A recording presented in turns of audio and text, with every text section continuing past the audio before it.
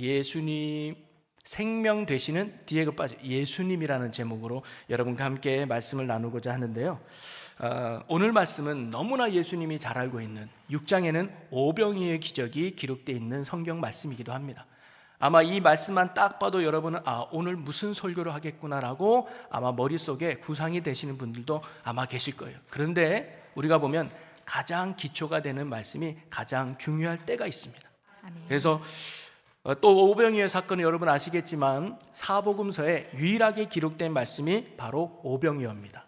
마태, 마가, 누가, 요한까지 빠짐없이 기록된 유일한 사건이 바로 오병이어거든요.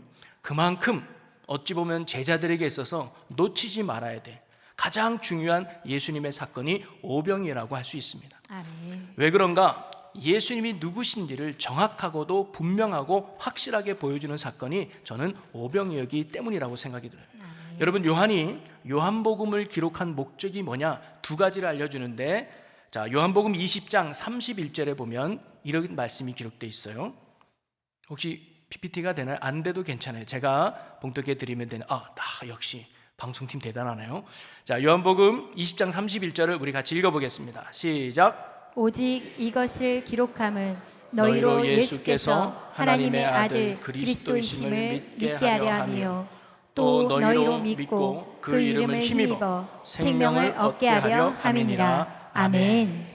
요한은요, 성경을 기록한 목적을 두 가지를 이해합니다. 첫째는 뭐냐면 예수님을 믿게 하는 데 있다는 거예요. 아멘. 그러면 예수님을 왜 믿게 하느냐? 바로 그로 인하여 생명을 얻게 함에 있다는 거예요. 아멘. 예수님을 믿고 생명을 얻게 하려고 성경이 기록됐다는 거죠. 아멘. 여러분, 오늘도 우리가 성경 말씀을 듣고 성경을 배우고 또 설교를 듣는 이유도 마찬가지입니다. 단순한 지식을 쌓거나 신앙의 레벨을 쌓은 것이 절대 아니라 생명 되시는 예수님을 더욱 믿고 그리고 아멘. 나아가서 예수로 인하여 우리의 삶이 더 풍성한 생명의 삶을 사는데 그 목적과 의미가 있는 줄로 믿으시기를 바랍니다. 아멘. 그러면서 예수님이 우리의 참된 생명이 되어주심을 잘 보여주는 사건이 바로 오늘 우리가 읽은 오병이어의 사건이에요. 여러분, 특별히 요한은요 7가지 기적만 기록했는데 기록할 때 그 기적을 표적이라는 표현을 써요. 오늘 우리가 읽은 본문에도 그런 말씀이 나오는데 표적이라는 말은 사인이라는 뜻이거든요. 즉 기적 자체가 중요한 게 아니에요. 이 기적을 통해서 3가지를 가르쳐줘요. 첫째는 예수님이 누구신가를 가르쳐줍니다. 아멘. 두 번째는 우리가 누구인가를 그 기적을 통해 가르쳐줘요. 한마디로 말하면 우리는 예수가 필요한 존재라는 것을. 아멘. 그리고 세 번째는 그러면 우리가 어떻게 해야 예수와 함께 그 구원된 삶을 누릴 수 있는가를 그 기적을 통해서 가르쳐주고 보여주고 있다는 거죠. 저는 오늘 이 오병이어의 기적과 이야기를 통해서도 그 3가지를 한번 생각해 보려고 합니다. 우리가 어떤 존재인지, 그리고 예수님이 누구신지, 그리고 우리는 그 예수님을 어떻게 해야 되는지를 함께 나눠보려고 하는데요. 먼저 오늘 사건에서 우리가 어떤 존재인가를 성경이 우리에게 가르쳐주고 있는데, 여러분, 사람들이 살아가면서 영향을 받는 크게 3가지가 있다고 합니다. 첫째는 뭐냐면 환경이에요. 사람은요 살아가면서 어떤 환경 속에 살아가느냐가 그 사람에게 큰 영향을 줘요. 여러분, 이런 말 있죠. 말은 태어나면 제주도로 보내고 사람은 태어나면 어디로 보내라 그러죠? 대전으로. 저는 그렇게 알고 있는데 대전으로 보내라. 대전에서 신앙생활 하려면 어디로? 한서방교회로 가라. 아멘. 왜냐하면 거기 가야 신앙생활 잘할 수 있으니까. 아멘. 대전에서 안 사면 그 다음에 어디로 가라? 충주로 가라. 웃어줘서 감사합니다. 예. 어느 환경에 있는지 알아서 영향을 받는 게 저와 여러분들이라는 거예요. 그래서 우리는 어떻게든 좋은 환경에 살려고 노력하지 않습니까? 또 하나는 상황이 중요하다는 거예요. 아무리 좋은 환경이 있다 할지라도 예기치 않는 악한 상황에 빠지면 그 인생 무너지는 거예요. 아무리 부모가 부자라고 할지라도 사기를 당해서 쫄딱 망하면 그 인생 무너지는 거 아니겠습니까? 좋은 환경도 중요하지만 좋은 상황을 맞이하는 것도 굉장히 중요하다는 거예요. 또 하나는 뭐냐면 조건입니다. 조건. 때로는 환경이 안 좋아도 상황이 나빠도 내가 가지고 있는 기본적인 조건이 괜찮으면 괜찮아요. IQ가 150을 가진 사람과 80인 사람은 아마 살아가는 삶의 수준이 다를 수 있을 겁니다. 얼굴이 예쁜 사람과 얼굴이 예쁘지 않는 사람, 머리가 똑똑한 사람과 그렇지 못한 사람은 살아가면서 많이 다를 거예요. 그래서 공부도 타고난 거라고요. 열심히 한다고만 되는 게 아니라 타고나는 은사일 수 있습니다. 그리고 여기 계신 분 중 보니까 사실 얼굴이 예쁜 분들은요, 매주 감사헌금 해야 돼요. 하나님이 주신 얼마나 큰 축복입니까? 여기도 보니까 감사헌금 하실 분들이 많이 계시는 것 같아요. 예, 얼굴 예쁜 거, 똑똑한 거 감사죠. 왜냐하면 좋은 조건이 우리로 하여금 더 나은 삶을 살게 만드는 겁니다. 아멘. 여러분, 이처럼 내게 주어진 환경이나 상황이나 조건에 따라서 사실 우리의 인생이 소위 성공하기도 하고 실패하기도 하고 행복해지기도 하고 불행해지는 거 아니겠습니까? 그래서 사람들은 할 수만 있다면 좋은 환경을 만들려고 하고, 할 수만 있다면 좋은 상황을 만들려고 하고, 할 수만 있다면 좋은 조건을 갖추려고 열심히 노력하며 힘쓰지 않겠습니까? 그런데 문제는 뭐냐면, 내가 애쓴다고, 내가 노력한다고, 내가 수고한다고 해서 내가 원하는 환경과 내가 원하는 상황과 내가 원하는 조건을 만들 수 있느냐? 그러지 못하는 게 우리들이라 이 말이죠. 여러분, 환경 우리 마음대로 됩니까? 부모 우리 마음대로 선택해서 태어납니까? 자녀 내 마음대로 할 수 있습니까? 아니에요. 내 마음대로 원하지 않아. 직장 내가 원하는 대로 들어갈 수 있습니까? 대학교 내가 원하는 대로 막 들어갈 수 있습니까? 그렇지 못한다는 거예요. 상황은 또 어떻습니까? 여러분, 내가 사고 나고 싶어서 사고 납니까? 병들고 싶어서 병듭니까? 예기치 않는 상황이 불현듯 찾아오는 게 사실 인생 아니겠습니까? 아무리 내가 안전하게 지내고 아무리 내가 건강하게 살고 싶어도 예기치 않는 상황 속에 어려움을 빠지는 게 우리의 연약함 아닙니까? 여러분, 조건은 또 어떻습니까? 여러분, 누구나 태어날 때 똑똑한 머리 가지고 태어나고 싶죠. 그리고 그 머리를 내 마음대로 선택할 수 있습니까? 오늘은 IQ 150으로, 내일은 IQ 100으로, 오늘은 얼굴은 이 얼굴이지만 내일은 내가 원빈으로 살고, 모레는 내가 차은우로 살고, 그렇게 하면 얼마나 좋겠어요. 근데 사실 저와 여러분은 평생 이 얼굴로 살아야 되는 거 아니겠습니까? 여러분, 오해하지 마십시오. 그렇다고 제가 이 얼굴을 싫어하는 거 절대 아닙니다. 저는요, 이런 얼굴 주심을 감사하게 생각하고 있어요. 왜냐, 이런 얼굴 되니까 말씀에 집중할 수 있더라고요. 여러분, 만약에 제 얼굴이 원빈이나 차은우처럼 생겼으면 여러분 말씀 집중할 수 있겠습니까? 그 얼굴 쳐다보느라고 말씀 못 들을 거예요. 근데 이 정도 되니까 여러분 말씀에 집중하시잖아요. 우리 노만우 목사님도 참 말씀에 집중할 수 있는 얼굴인 것 같은데, 말씀이 집중되지 않습니까? 우리가 원해서 상황을 만들거나 조건을 만들 수 없다는 거죠. 이처럼 우리는 환경과 상황과 조건이 참으로 인생을 살아가는데 중요한 걸 알아요. 그런데 그 무엇도 우리 마음대로, 우리의 원하는 대로 할 수 없는 참으로 연약하고 부족한 게 저와 여러분들이라는 거예요. 자, 그런데 보세요. 이 오병이의 기적은요, 이 상황과 환경과 또 조건이 너무나 안 좋은 상황 속에서 일어났다는 거예요. 우리는 좋은 환경에서 좋은 결과 나오고, 좋은 상황에서 좋은 결과 나오고, 좋은 조건에서 좋은 결과 나오는 걸 아는데, 오늘 오병이에는 전혀 안 좋은 상황과 조건과 환경 속에서 기적이 일어났다는 거죠. 동일한 말씀이 기록되는 마태복음 14장에 보면요, 15절에 이렇게 기록되어 있어요. 제가 읽어드릴게요. 저녁이 되매 제자들이 나와 이르되 이곳은 빈 들이요 때도 이미 저물었으니 무리를 보내어 마을에 들어가 먹을 것을 사 먹게 하소서. 아멘. 즉 그들이 있는 환경은 뭐냐면 빈들이라고 나옵니다. 빈들은요, 먹을 것을 구할 수 있는 환경이 아니라는 거예요. 쉽게 말하면 어려운 환경에 있다는 거죠. 또 상황은 뭐냐면 날이 저물었어요. 이제 곧 해가 져요. 날씨가 추워져요. 그리고 하루 종일 쫄쫄 굶었어요. 힘든 상황에 놓여 있는 거예요. 또 조건은 어떻습니까? 먹을 거라고는 오병이어밖에 없는 거예요. 한 아이가 겨우 먹을 만한 작은 음식밖에 없었다는 것이죠. 어떻게 보면 연약한 조건에 놓여 있었습니다. 어려운 환경에, 힘든 상황에, 연약한 조건에 놓인 사람들이 당시 그들이었단 말이죠.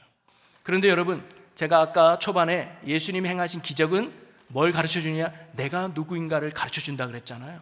바로 빈들에 놓여서 아무것도 먹지 못하고 배를 쫄쫄 굶는 그들이 오늘날 세상 속에 살아가는 저와 여러분들이라는 사실입니다. 하나님을 잃어버리고 살아가는 우리가 세상의 빈들에서 목말라하며 배고파하며 힘들게 살아가는 불쌍한 영혼들이 바로 저와 여러분들이었다는 거예요. 우리의 힘으로는 절대로 이 배고픔을 해결할 수도, 우리의 힘으로는 절대로 이 목마름을 해결할 수도 없는 늘 목마른 가운데, 늘 배고픈 가운데, 늘 부족함으로 살아가는 게 저와 여러분들이었다 이 말이죠. 자, 그런데 보세요. 이런 그들이 어려운 환경에, 힘든 상황에, 연약한 조건에서 늘 배를 꼴꼴 굶는 이러한 인생들이 어떻게 변화되었는가? 자, 요한복음 6장 12절과 13절인데요. 우리 이 말씀은 혹시 있으면 같이 찾아서 읽어보겠습니다. 12절 13절 읽겠습니다. 시작. 그들이 배부른 후에 예수께서 제자들에게 이르시되 남은 조각을 거두고 버리는 것이 없게 하라 하시므로 이에 거두니 보리떡 5개로 먹고 남은 조각이 12바구니에 찼더라. 아멘. 아멘. 너무나 잘 알죠. 하루 종일 굶어서 무엇도 얻을 수 없고 구할 수 없는 그들이 어떻게 되었습니까? 배고팠던 그들이 배부른 사람으로 변했어요. 문제를 해결받을 수 없던 그들이 해결받는 인생이 됐어요. 아멘. 연약한 그들의 인생이 나 하나 겨우 먹을 수밖에 없는 오병이어 같은 그들의 인생이 5천 명을 먹고 남는 넘치는 인생, 축복의 인생으로 변화된 거 아니겠습니까? 아멘. 한마디로 부족함이 없는 인생, 넘치는 축복의 인생으로 그들이 변화되었는 줄로 믿습니다. 아멘. 자, 그런데 그들이 어떻게 이렇게 변화될 수 있었을까요? 그 가능성은 어디서부터 시작됐을까요? 그 중심에는 누가 계셨느냐? 바로 예수님이 계셨다는 거예요. 아멘. 바로 이들은 예수님으로 인하여 배부름의 인생이 되고, 예수님으로 인하여 해결받는 인생이 되고, 예수님으로 인하여 넘치는 축복의 인생이 된 줄로 믿습니다. 아멘. 그래서 예수님은 6장 35절에 이렇게 말씀하고 계시죠.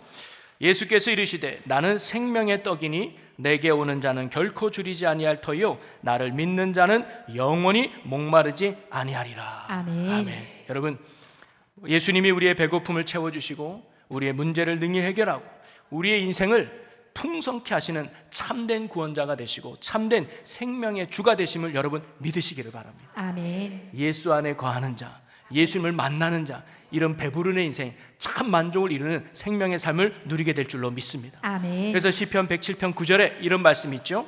그가 사모하는 영혼에게 만족을 주시며 줄인 영혼에게 좋은 것으로 채워 주심이로다. 아멘. 여러분, 예수님은 오늘도 그 주님을 사모하는 영혼을 만족케 하시는 생명의 주님이 되십니다. 아멘. 그리고 예수님은 오늘도 줄인 영혼을 좋은 것으로 채워주시는 생명의 주님이 되시는 줄로 믿습니다. 아멘. 오직 예수님만이 빈들과 같은 여러분의 어려운 삶을 이기는 풍성함이 되어주실 것이고요. 아멘. 오직 예수님만이 날이 저물어서 아무것도 할 수 없는 여러분의 그 무능력한 삶의 진정한 능력이 되어주실 것이고, 아멘. 오직 예수님만이 오병이어 같이 누구에게도 내놓을 것 없는 연약하고 부족한 인생이지만 그 인생을 넘어서 남들도 배부르게 하는 넘치는 인생, 축복의 인생으로 만들어 주실 줄로 믿습니다. 아멘. 그러니 오늘 저와 여러분이 이런 생명 되시는 예수 그리스도로 인하여 인생의 문제가 해결되고 영혼의 목마름이 해결되고 아멘. 영혼의 배고픔을 해결받아 배부른 인생, 그리고 차고 넘치는 축복의 인생이 되는 여러분 모두가 될 수 있기를 주님의 이름으로 간절히 축원합니다. 아멘. 자, 그러면요, 예수님은 어떤 자를 이렇게 배부르게 만들까요? 어떤 자에게 참된 생명이 되어 주실까요? 예수님이 이렇게 생명해 주신다면 어떤 자가 이런 예수의 생명을 누리는 풍성한 인생이 될 수 있을까요? 그 해답이 35절에 나옵니다. 우리 35절을 다시 한번 읽어보겠습니다. 함께 읽습니다. 예수께서 이르시되 나는 생명의 떡이니 내게 오는 자는 결코 줄이지 아니할 터이요 나를 믿는 자는 영원히 목마르지 아니하리라. 아멘. 바로 예수님이 뭐라고 말하냐면 내게 오는 자가 결코 줄이지 아니할 것이고 아멘. 나를 믿는 자가 영원히 목마르지 않는데요. 아멘. 즉 어떤 자에게 생명이 주어지고 어떤 자가 풍성한 인생이 되는 겁니까? 예수님께 나오는 사람, 그리고 예수를 믿는 자가 그런 인생이 되는 줄로 믿습니다. 아멘. 그러면 여러분, 무엇이 예수님을 믿는 것일까요? 무엇이 예수님께 나가는 것일까요? 저는 오늘 성경에서 한번 그 의미를 찾아보려고 합니다. 자, 여러분 알다시피 무리들이 빈들에서 배고파하니까 예수님이 그들을 먹이고 싶었죠. 불쌍히 여기셨습니다. 그래서 제자들에게 너희가 먹을 것을 주어라 라고 예수님이 질문하잖아요. 그때 두 사람의 반응이 성경에 나와요. 첫째가 빌립이죠. 빌립이 7절에 이렇게 대답을 합니다. 6장 7절에 빌립이 대답하되 각 사람으로 조금씩 받게 할지라도 200데나리온의 떡이 부족하리이다 라고 이야기해요. 너희가 먹을 것을 주라 그랬더니 빌립이 아마 계산해 봤던 것 같아요. 당신 먹을 거 있습니까? 저는 이거밖에 없는데요. 당신은요? 이거밖에 없는데요. 쭉 알아보니까 떡이 200데나리온이나 더 필요한 거예요. 그래서 어떻게 보면 빌립은 굉장히 현실적이고 계산적일 수 있습니다. 즉 그는 환경이 좋아야, 상황이 좋아야, 조건이 좋아야 좋은 결과를 얻을 수 있다라고 생각했던 현실적인 게 빌립이었습니다. 그래서 그가 계산을 보니까 결과는 뭐예요? 불가능이었습니다. 예수님, 우리는 먹일 수 없어요 라는 대답이에요. 그리고 안드레가 또 반응을 보입니다. 예수님이 너희가 먹을 것을 줘라 그랬더니 안드레가 아마 찾아보았던 것 같아요. 찾아보았더니까 한 아이가 가지고 온 오병이어를 봅니다. 아마 빌립도 알았을 거예요. 근데 빌립은 그걸 거절했겠지요. 이거 가지고 뭐 되겠어 라고 거절했지만, 그래도 안드레는 혹시 모르니까 가져가 보자 하면서 오병이어를 들고 옵니다. 그리고 예수님께 드리면서 뭐라고 대답하냐, 9절 말씀입니다. 우리 9절을 한번 읽어볼까요? 여기 한 아이가 있어 보리떡 5개와 물고기 2마리를 가지고 있나이다. 그러나 그것이 이 많은 사람에게 얼마나 되겠사옵나이까. 그래요. 아멘. 여러분, 안드레는요 가지고 와서, 예수님 가지고 오긴 했는데요, 이거 가지고 뭐 얼마 되겠습니까? 어린아이 하나 먹을 수밖에 없는 아주 작은 양인데요 라고 이야기해요. 어찌 보면 안드레 마음에는 의심스러운 마음이 들어있었지요. 여러분, 그런데요, 비록 안드레가 확신이 없이 의심하는 마음으로 했다 할지라도 중요한 게 뭐냐면요, 그 오병이어를 예수님께 드렸다는 것입니다. 아멘. 작지만 주님께 맡겼다는 것입니다. 아멘. 부족하더라도 예수님께 드렸다는 거, 아멘. 이게 중요하더라고요. 아멘. 왜냐하면 주님의 기적은요 바로 거기서부터 시작되기 때문입니다. 아멘. 작은 것이라 할지라도, 부족한 것이라 할지라도 주님께 맡기는 그 순간, 거기서부터 기적은 시작된 거예요. 아멘. 여러분, 여기서 우리는요 예수님을 믿는다는 게 무엇인가를 배울 수가 있습니다. 믿음은 한마디로 말하면 예수님께 나를 맡기는 겁니다. 아멘. 예수님께 나를 드리는 겁니다. 아멘. 그래서 예수님의 손에 내가 붙들림 당하는 거, 그게 믿음인 줄로 믿습니다. 아멘. 크기는 중요하지 않습니다. 예수님께 맡기는 그 순간 예수님으로부터 오는 생명의 역사가 우리의 삶에 시작될 줄로 믿습니다. 아멘. 그러니 여러분, 우리가 사실 예배 나올 때마다 간절함과 사모함을 가지고 나오기가 쉽지 않아요. 오늘 여러분 금요기도에 나왔지만 정말 기다림을 갖고 소망을 갖고 그렇게 나오신 분도 계시겠지만, 의무감으로 또는 억지로 또는 체명상 이 자리에 나오신 분도 혹 계실지도 모르겠습니다. 그러나 중요한 게 뭐냐면, 그렇게 나왔다 할지라도 나오는 게 중요하다는 거예요. 아멘. 작지만 드렸다는 게 중요했다는 거예요. 아멘. 비록 의심의 마음이 있다 할지라도 드리는 것이 중요합니다. 아멘. 하나님의 은혜는 거기서부터 시작되기 때문이죠. 아멘. 그러니 여러분, 비록 억지로라도 좋습니다. 체면상이라도 좋습니다. 의무감이라도 좋습니다.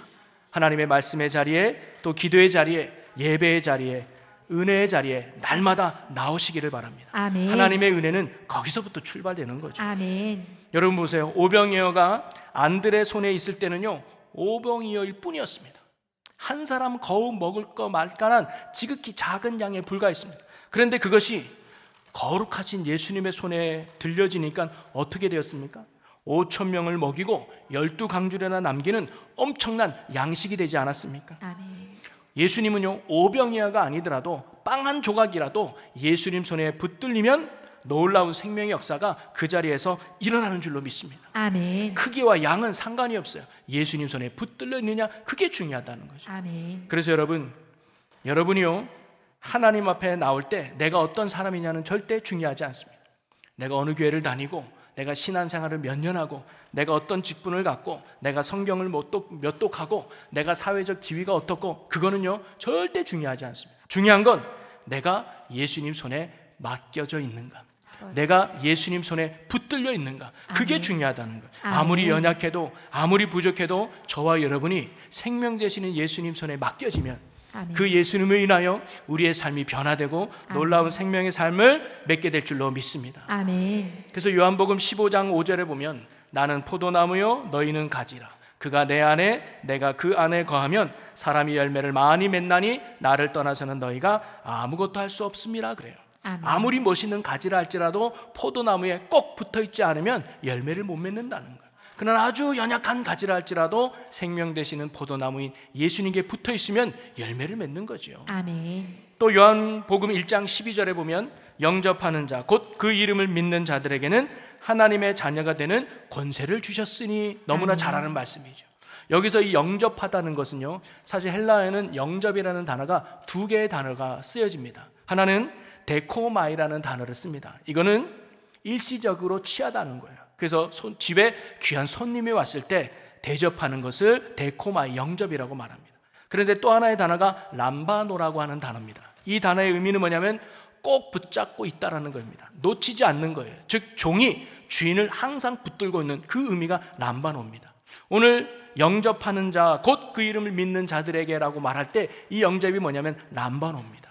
즉 예수님을 꼭 붙잡고 있는 거예요. 아버지. 예배 시간만 붙잡고 있는 게 아니고, 주일날만 붙잡고 있는 게 아니고, 부흥회 때만 붙잡고 있는 게 아니라 집에 가서도 예수, 아멘. 직장에 가서도 예수님, 아멘. 공부할 때도 예수님, 아멘. 슬픈 일을 당할 때도 예수님, 아멘. 기쁜 일을 당할 때도 예수님, 아멘. 억울한 일을 당했어도 예수님, 항상 예수님을 꼭 붙들고 있는 게 영접이라는 단어예요. 아멘. 그런 자에게 예수님이 생명이 되어주시고 구원이 되어주시고 능력이 되어주실 줄로 믿습니다. 아멘. 이처럼 생명의 예수님께 꼭 붙어있고 예수님의 손에 꼭 붙들려 사는 인생이 놀라운 생명의 인생으로 변화되고 거듭나게 될 줄로 믿습니다. 아멘. 돈밖에 몰랐던 구두쇠 삭개오가 예수님의 손에 붙들렸더니 어떻게 됐습니까? 다른 일을 돕고 섬기는 생명의 도구가 되지 않았습니까? 아멘. 자신의 출세와 명예밖에 몰랐던 바울이 예수님께 붙들림 당하자 어떻게 됐습니까?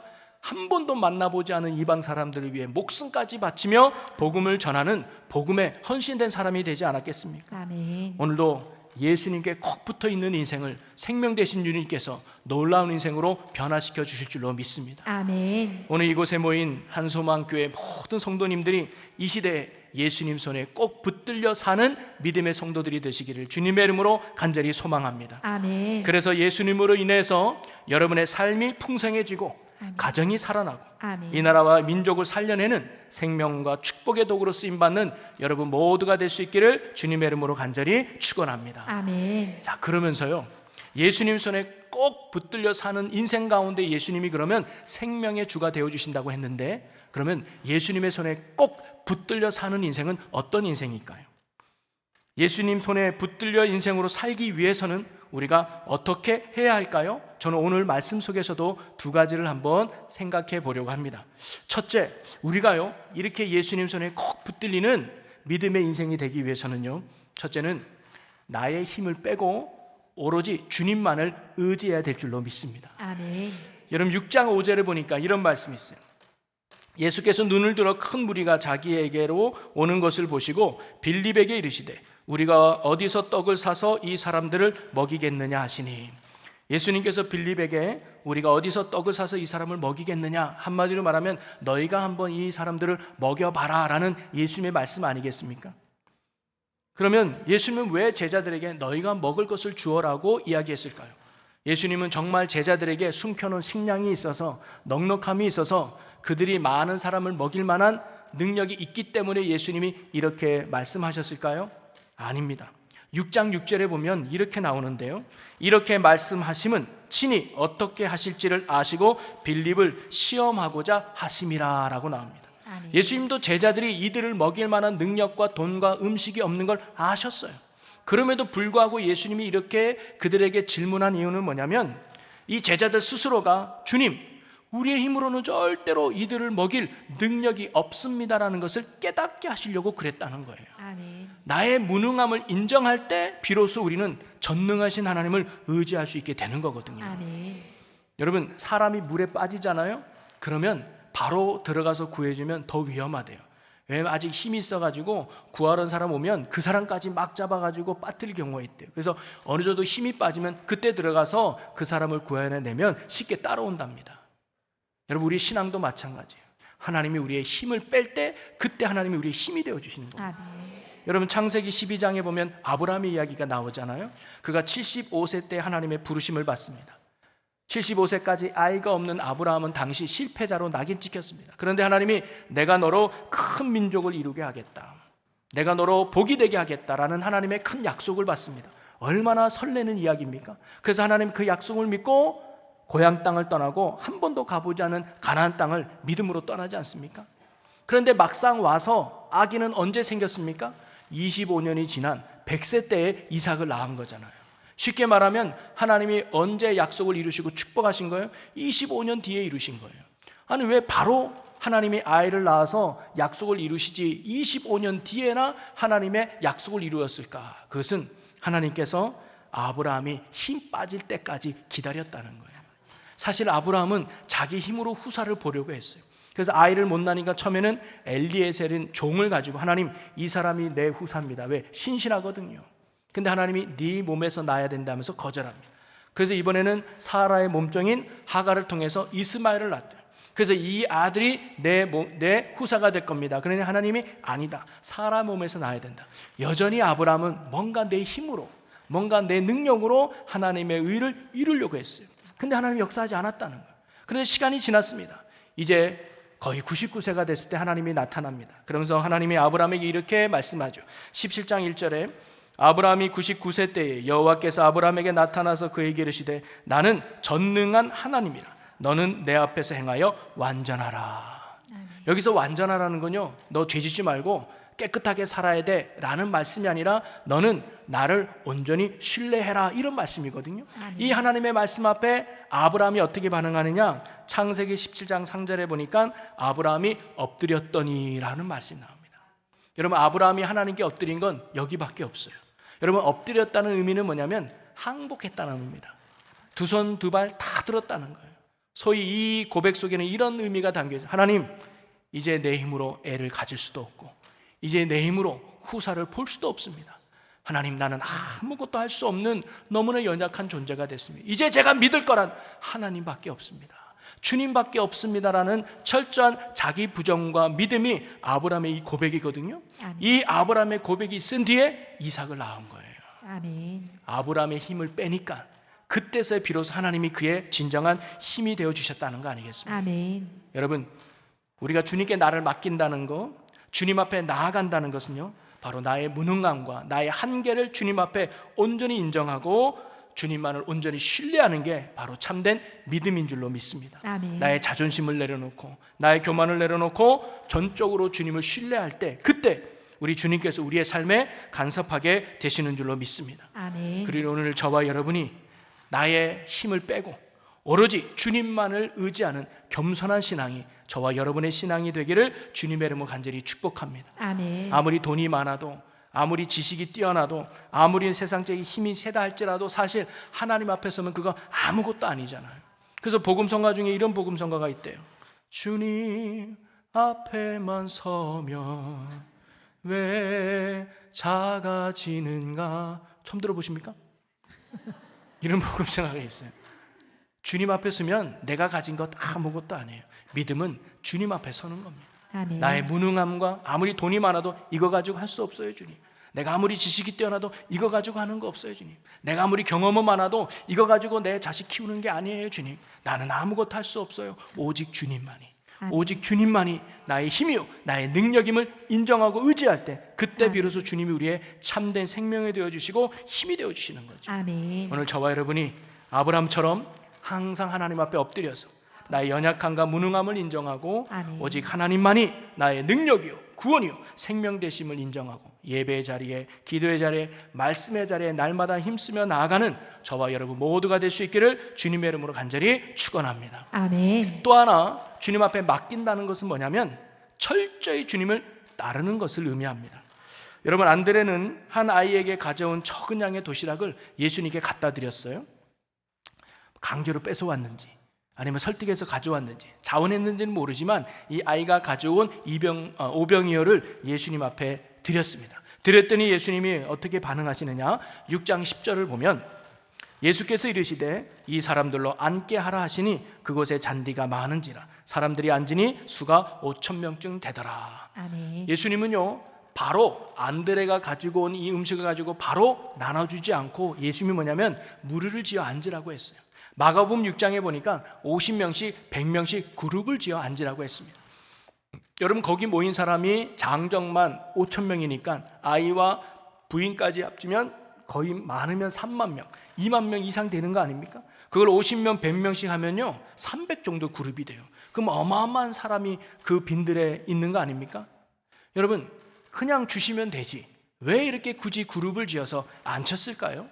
물론 질서 정연하게 앉혀서 효과적으로 음식을 나눠주기 위해서 그렇게 세웠을 수도 있지만 여기에는 아주 중요한 가르침이 있습니다. 바로 우리가 예수님을 통해서 참된 생명과 은혜를 누리기 위해서는 먼저 주님의 말씀을 따르는 순종의 과정이 필요함을 말씀하고 계시는 거예요. 아멘. 여러분, 믿음은 주님께 맡기는 거라고 했습니다. 맡긴다는 것은 나를 내려놓고 오직 주님만을 의지하는 거라고 했습니다. 그리고 주님을 의지한다는 게 뭐냐? 바로 주님의 말씀을 따르는 것을 말하는 것이죠. 아멘. 예수님은 안드레가 가져온 오병이어를 받자마자 무리들을 배불리게 하신 것이 아닙니다. 예수님은 무리들에게 무리를 지어 앉으라는 말씀을 주셨고, 무리들은 이런 예수님의 말씀에 순종했을 때 그들이 모두 배부를 수 있었다는 거예요. 아멘. 여러분, 오늘도 순종하는 자리에 하나님의 은혜와 축복이 임함을 믿으시기를 바랍니다. 아멘. 여러분, 10시까지 마치라고 하셨는데 제가 10분만 더 하겠습니다. 괜찮으시죠? 아멘. 예, 얘기해놔야지 안 그러면 시계를 볼 것 같아서 10분만 더 마무리 짓도록 하겠습니다. 여러분, 오늘 말씀에도 보면 순종이 중요한 걸 알잖아요. 그런데 오늘 말씀에 순종의 두 가지 원리를 발견할 수 있습니다. 우리가 하나님의 말씀을 따를 때 원리가 두 가지인데, 하나는 뭐냐면 순종은요, 철저하게 내 생각을 내려놓고 말씀을 따르는 거더라고요. 아멘. 여러분, 방금 말씀 읽었지만 예수님은 제자들에게 50명, 100명씩 앉도록 명령을 했어요. 제자들은 사람들을 50명씩, 100명씩 앉혀야 했습니다. 사람들은 왜 앉아야 되는지 아마 몰랐을 거예요. 제자들도 궁금했을 겁니다. 근데 예수님의 명령이니까 했을 거예요. 근데 제자들은 예수님의 명령이니까 따랐다 할지라도 거기에 있는 무리들은, 아니 이거 왜 따라야 됩니까? 왜 이렇게 앉아야 됩니까? 꼭 그룹을 지어 앉아야 됩니까? 나는 저 사람과 앉고 싶은데요, 나는 이 사람과 앉기 싫은데요, 꼭 여기 앉아야 됩니까? 라고 서로의 불평과 불만과 자기의 생각을 내려놓았다면 아마 말씀대로 하지 않았을 거예요. 그러면 오병이의 기적이 일어났다고 장담할 수 없었을 겁니다. 그런데 무리들은 약속이나 한 뜻이 제자들의 이러한 명령에 순종해서 때로는 가족과 떨어져 앉아도, 때로는 내가 싫은 사람과 같이 있어도 예수님의 말씀대로 그들이 뭐예요? 순종했다는 거예요. 아멘. 그리고 이러한 순종이 있은 뒤에 예수님이 그들을 배불리 먹이셨다는 사실입니다. 아멘. 여러분, 오늘도 마찬가지죠. 예수님이 베푸시는 생명의 은혜와 역사를 우리가 참으로 누리기 위해서는요, 내 생각과 경험은 뒤로 하고 오로지 말씀 앞에 순종하는 믿음의 삶이 필요하다는 겁니다. 아멘. 여러분, 베드로도요, 말씀에 의지하여 그물을 내렸더니 그물이 찢어지도록 물고기를 잡았잖아요. 나만 장군도 내 생각에는 이래야 되는데 그걸 내려놓고 온전히 엘리야 말에 순종했더니 그 나병이 깨끗함을 고침받는 역사와 능력이 나타나지 않았습니까? 아멘. 때로는 그 말씀이 이해되지 않을 수도 있습니다. 때로는 목사님의 말씀이 이해가 되지 않고, 때로는 목사님의 말씀이 납득이 되지 않을 때도 있을 겁니다. 때로는 그 말씀대로 지킨다는 게 워낙 힘든 일일 수도 있습니다. 때로는 어렵고 불편한 일일 수도 있습니다. 그러나 순종할 때 예수의 생명의 역사가 우리의 삶에 일어나는 거 아니겠습니까? 아멘. 그것이 믿음이라는 거죠. 이런 순종을 통해서 우리의 삶에 예수 그리스도의 생명의 역사가 일어나게 될 줄로 믿습니다. 아멘. 또 하나 순종은 뭐냐면 자기의 자리를 끝까지 지키는 게 순종이더라고요. 여러분, 예수님의 명령을 받고 사람들은 50명, 100명씩 앉았습니다. 그래도 뭔가 뜻이 있겠지, 뭔가 계획이 있겠지, 예수님의 말씀이니까 우리 그렇게 순종하자, 싫은 사람이라 할지라도 가족과 떨어져도 그래 우리 50명, 100명씩 앉자 하면서 무리를 지어 앉았을 거예요. 근데 문제는 저는 그 다음이라고 봐요. 여러분, 제가 질문 하나 할게요. 예수님 앞에 받은 이 오병이어가 5,000명을 먹이는 엄청난 양의 음식이 언제 변했을까요? 안드레가 예수님께 드렸더니 예수님이 딱 받자마자 오병이어가 엄청난 양의 음식이 됐을까요? 그럼 아마 예수님이 들지도 못했을 거예요. 근데 만약에 예수님이 그 음식을 들고 축사하시잖아요. 그 기도할 때 음식이 딱 변했다면 예수님은 아마 음식에 깔렸었을 거예요. 근데 성경은 어떻게 가르쳐 주느냐? 6장 11절에 이렇게 표현합니다.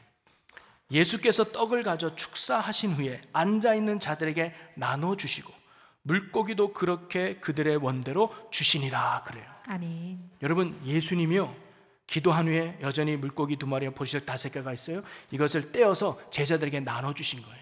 그래서 나눠주다라고 하는 이 단어의 뜻은요, 통하여라는 의미가 있습니다. 즉 예수님을 통해서만이 음식이 나온 거예요.